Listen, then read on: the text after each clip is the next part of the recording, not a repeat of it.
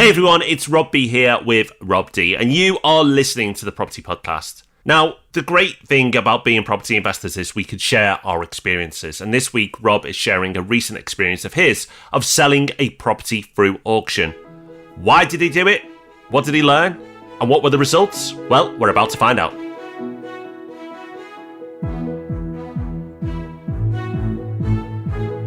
Welcome to the Property Podcast, where we take time out from advising a multi-million pound property fund and putting together hundreds of transactions every year for our clients and bring you some of what we've learned along the way for free.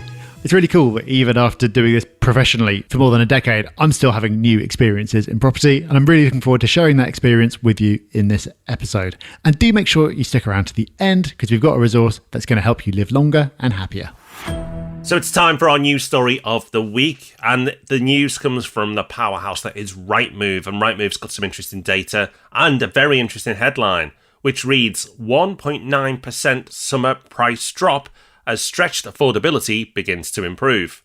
So in short, asking prices have fallen by nearly 2%. Now this is the biggest drop in a while. I'm personally, Rob, actually surprised it's taken this long for people to start reining in their asking prices, because it felt like asking prices were ignoring what was happening in the actual market. But this more closely reflects to what is actually happening, where the market has softened slightly, and now it seems, although it's lagged behind, asking prices for house prices are now softening also. Yeah, the drop isn't quite as big as it first appears, because this time of year in the summer, you normally get a drop of about 1%. So 1.9, yeah, it's a fair bit bigger, but it's not as big a difference from the zero of recent months that we've seen. But yes, I think sellers perhaps are realising that it's better to price at something that's going to attract interest rather than hoping for the best and then being forced to reduce prices later. But to what extent is this a reliable leading indicator? It's always hard to know, but this is going to be a really interesting number to keep an eye on. And there's plenty more data around house prices and other topics as well, which we'll be covering in our market update in 2 weeks' time. So do make sure, if you're not already, you're subscribed to the show, because that way you'll get it sent directly to your device. And for more property news, make sure you check out the Sunday Times home section, where there's loads of info on what's happening in the property market. And of course, my personal favourite part of it, our column, Rob, which this week we've got some great questions in. Yeah, we're aiming to help out an investor who's in an unfortunate position of not being able to refinance, has a huge jump in mortgage payments. As a result, they're falling behind and at risk of having their buy-to-let repossessed. So do pick up the Sunday Times to see what advice we have to offer. We talk a lot on this podcast about buying property because, of course we do. That's the exciting bit. And that's ultimately what you need to do to generate wealth from property. But a couple of months back on the show, we talked about Rob B's monopoly strategy and how he is strategically selling properties to then reinvest in more. And while we were preparing that episode, I realised that I'd completely forgotten to tell Rob, because we're such good friends, that I'd actually sold a property recently as part of a change of strategy too. And I think the reason that I did it and the way that I did it are both worth sharing, because I sold this property at auction, which I'd never done before. I'd bought at auction before, but never sold at auction before. So in this episode, I'll be sharing some of that experience. So let's start off with the basics, Rob. Where was your property and what type of property was it? Yep, so this was a property up in Hull. It's a very normal, basic house, 2 bedrooms, I think it was. And it's one that I originally bought maybe 8 years ago, something like that. And it was back when my strategy was different. So I bought it, did a refurb, pulled my money back out, and I've just been renting it out ever since. So what prompted you to sell this property? What was the main driver? Well, Rob, you know this. You get problem properties, right? You get the ones where you know the address and you don't even know the postcode because you hear about it far too much. And this was one of those. Part of it was tenants, and I had multiple different cases of tenant drama over the years, including more than one police raid. And even apart from the tenants, stuff always seemed to be breaking there. And because it's a low value property and the rent was low, it was a disproportionate amount of hassle for the money that was coming in. And even though on paper the yield was really good and I had no money left in it because I'd already refinanced it back out again, so it's like, woohoo, infinite ROI. In reality, it didn't take much of a repair to eat up an entire month's rent. So I wasn't really making any money on it. Yep, I can relate, Rob. So I understand your motivation for wanting to sell it, but why an auction? Why did you not consider the traditional methods that you must have used in the past? Because, as you've already said, this is the first time you've ever gone down the auction route. So why? What prompted that decision? So the factor that prompted the final selling decision was a tenant moving out. So it's the same as you talked about, the one that you sold on an episode recently. The trigger for that was someone moving out. So as always happens when someone moves out, my assistant started the process of figuring out what needed to be done before we could relet, getting quotes, getting it costed up. And I looked at the quote to get it back into a lettable condition again. I was like, well, hang on a minute. That's more than a year's rent. And it's a lot more than a year's profit. So do I really want to go through this right now? There was nothing like horrendously wrong, but owned it 8 years, had lots of drama along the way, hadn't been particularly well taken care of. So there was a whole load of stuff needed to be done to get it lettable again. So I thought, well, am I really up for it? And that's what got me thinking about selling. But the thing is, to sell through an agent to reach the largest possible market of potential owner occupiers and people like that, I'd still need to spend that money to get it into a sellable condition to that market. And given that it's a relatively low value property, I'm looking at it and going, I'd definitely be able to sell it for more through an agent. But by the time I've factored in doing the work and their fees and everything else, would it be that much more? Would it be enough to compensate for the hassle of having to do the work in the first place and then go through that sales process? And I just wasn't convinced that it would be. And that's what got me looking into the auction process. I think the decision to go auction is the really interesting thing for me here as an investor, because it's not your normal set of tools you use as a property investor. Most property investors, certainly you and I, we do the same things over and over, rinse and repeat because it works. So straying off path obviously gets my attention. What research did you do to validate your idea that auction was the best way forward? What led you to, yeah, I'm definitely going down the auction route? Because I'm sure it was an idea, but how did you get to a point where you felt, right, I'm comfortable with this. This is the route I'm choosing? Honestly, it was pretty minimal. So I had a quick look at what I reckoned that property in good condition would fetch on the open market. And I can't remember, I may have got my PA to call an agent and verify this, or this may have just been me going, oh yeah, I think it'll be that. Then we spoke to the local auction house, and they gave over the phone, on the basis of pictures and a bit of information, their estimate of what they'd be able to sell it for. And bear in mind that I knew what the cost of the work would be if I went down the agent route, so I could factor that in. And rough numbers here, but I reckon the potential upside from going with an agent would have been something like $5,000. And I'm not trying to trivialize that sum of money, but in the grand scheme of things, that's so relatively little that I thought it's not worth going into endless analysis of which is the best thing to do. It's like, well, I could get that upside with an agent, but it sounds like it's going to be hassle and it could take months. Or I could just get it done. That was quite an easy decision. Yeah, some people might question that and go, $5,000's $5,000.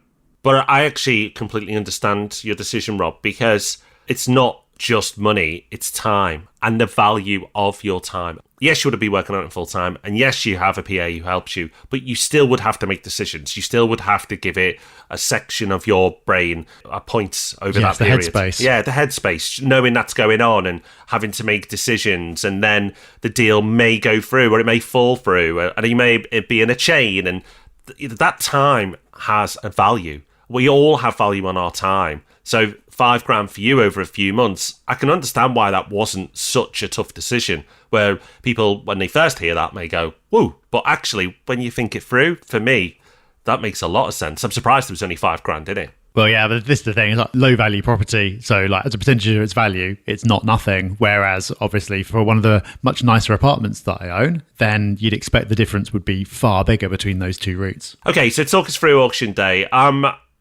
Assuming that you didn't travel up to Hull to sit in the auction room. I just want to clear that up. Did you? I didn't. And I think there was a physical auction, but I think most of it happens online now. Yeah, so that's what I expected. But did you watch along live on the day? I didn't, but I would have really wanted to. But there was just other stuff going on that day. I will just say, though, that the whole process leading up to auction day was amazing, because all I had to do was fill in one form. It was so easy. And at auction, it's kind of expected that not everything's perfect. So I could even fill in the form quite sloppily and just go, dunno, for a load of stuff, because that's kind of normal. Whereas if you're selling it through an agent to an owner-occupier, they kind of need to know everything. So the whole way through, I couldn't quite believe how easy it was. I had to fill in a single form for the auction house, and a solicitor got instructed somehow. I think the solicitor was recommended by the auction house. Don't even know. And that was it. And then auction day arrived. And I got a WhatsApp from my PA at some point saying, hey, it sold for this much. And that was it. It was just like the biggest non-event ever, which is exactly what I wanted from the process. That does sound amazing. If you know anything about our service, Property Hub Invest, it's probably that we secure you exclusive property deals at a discount. But I now make all my investments through Property Hub Invest. And what I value most is actually the time saving and having the care team on hand to deal with developers, mortgage brokers, solicitors, all the things that normally cause so much stress and take up so much headspace. Property investment will never be effortless, but having the expert team at Property Hub Invest makes it so much easier. If you're interested in finding out more about Property Hub Invest, just go to propertyhub.net/invest.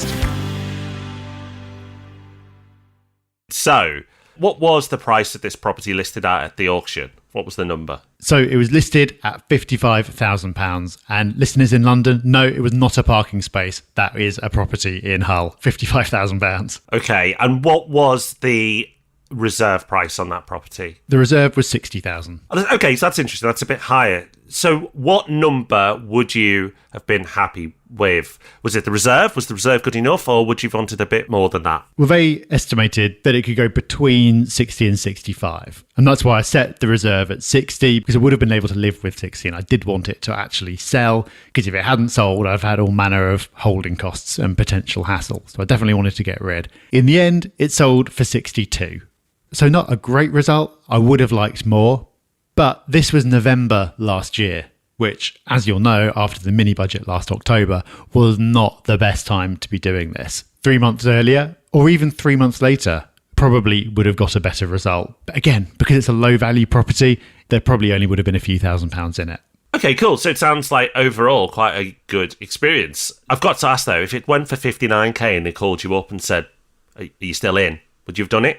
Yeah, would have done. Yeah, I thought you would. And at that point, I would have become out annoyed by that, because by that point, the difference between that and what I could have gotten by going through an agent, maybe waiting a few months, would have been larger than I would have liked. But by that point, I think you kind of committed, aren't you? You've got it, you want it done. And so my reaction to the whole thing was, like I had no emotional reaction to this whatsoever. Then on reflection, I was just so happy to have this solved so easily. Because transacting in property, whether you're buying or selling, is normally just the biggest hassle in the world. It's just horrible. So it's great to go through a process that was supposed to be easy and actually was. And 21 days later, or whenever the deadline for exchange and completion was, it happened. And there's no drama about that either. It's like, oh, this is amazing. So I wanted to ask about those 21 days. The lead up to the auction was really simple. Were the 21 days after just as simple? Was your time commitment to the process still quite limited? Yeah, I didn't do anything. There may have been stuff happening in the background that I wasn't aware of. But I think, again, the beauty of auction is that presumably the buyer didn't have a mortgage. The buyer, it was someone local who I think was a pro. They're probably going to do a bit of a refurb to it, sell it on and pocket £5,000. And if they're doing that multiple times a year, that's a good business for them. Fair enough. So I think they were professionals, didn't need to worry about anything. I wasn't bound to do anything or provide anything because of the nature of the process. So yeah, it just happened. I'd kind of forgotten that the deadline had come up, but it did. And then just got an email saying that it completed. Like, oh, cool. That's really good. Okay, so I think I know the answer to this question, but I'll ask for the benefit of us all listening to this. Would you make the same decision to go through auction, or would you consider a different approach? Did you feel it was the right decision in the end? For this property, I think it was absolutely the right thing to do because of the time and the headspace, as we've talked about. And it's funny because it's all so dependent on timing, because it was driven by a tenant moving out. If they'd moved out 3-6 months earlier when the market was hot, then I would have done things differently. And I probably would have been happy with that too, because I would have had to put in more effort and put in more upfront cost to get the refurb done. But then I probably would have made more money from the sale. So I would have been happy there. So it was very much related to the situation and the property and the timing. If I was selling a different property that was at a higher price point and had a broader appeal, I would definitely not do things that way. I'm not just going for the lazy option by default every time. I would make the effort to maximize the sale price. But I'm really glad that I did it because now I know what selling at auction is all about. I thought it would be quick and easy, and it was. And now I've got that as a tool in my toolkit if a similar situation comes up again. And that's why the benefit of talking about this is as well. It's not to say to anyone, oh, you should do this, it's better. That's not the case. But the point is to have a bit of knowledge about all your different options so you can then dig into your toolkit and pull out the right tool for the job based on the specific circumstances. circumstances. So, Rob, this podcast has a fair influence on its listeners. And I'll be honest, you've influenced me as well, because you've even got me thinking about a property in my portfolio that may benefit from the auction process.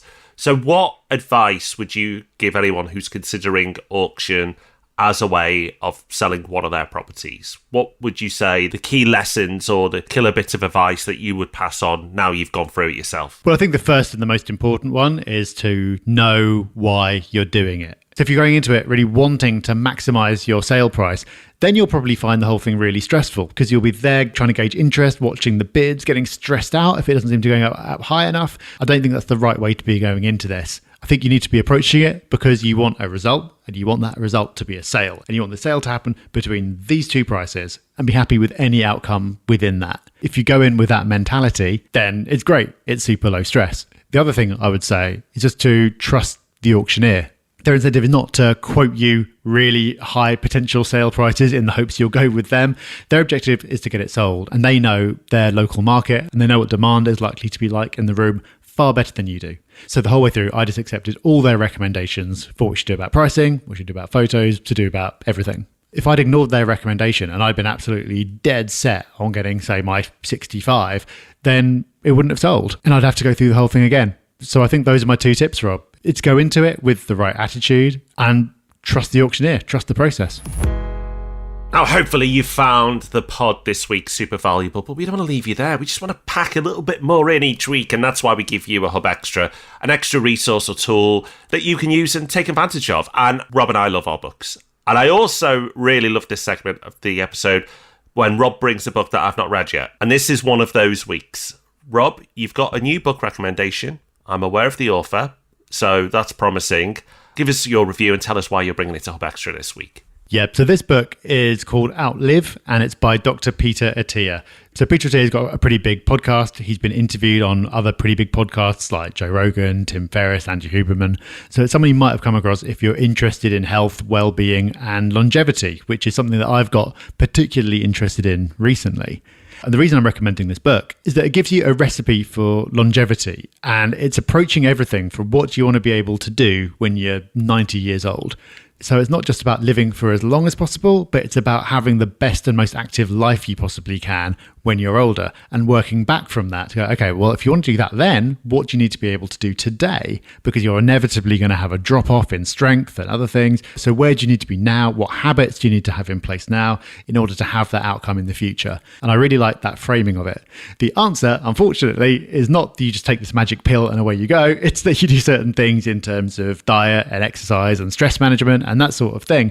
But the book does a really good job of explaining why you need to do those things, telling you the science of it without getting you bogged down, and giving you the motivation to go and do the kind of boring and sometimes difficult things that you need to do in order to have that outcome. So I found this a really, really enjoyable read and gave me a really useful new perspective on the subject. So that is Outlive by Peter Attia. That's us done for another week. Thank you for listening. We'll be back next week with another pod. We've got so much good stuff coming out at the moment. And of course, before then, you'll be able to enjoy the delights of Ask Rob and Rob. So until then, take care, have fun. Bye-bye. Bye-bye.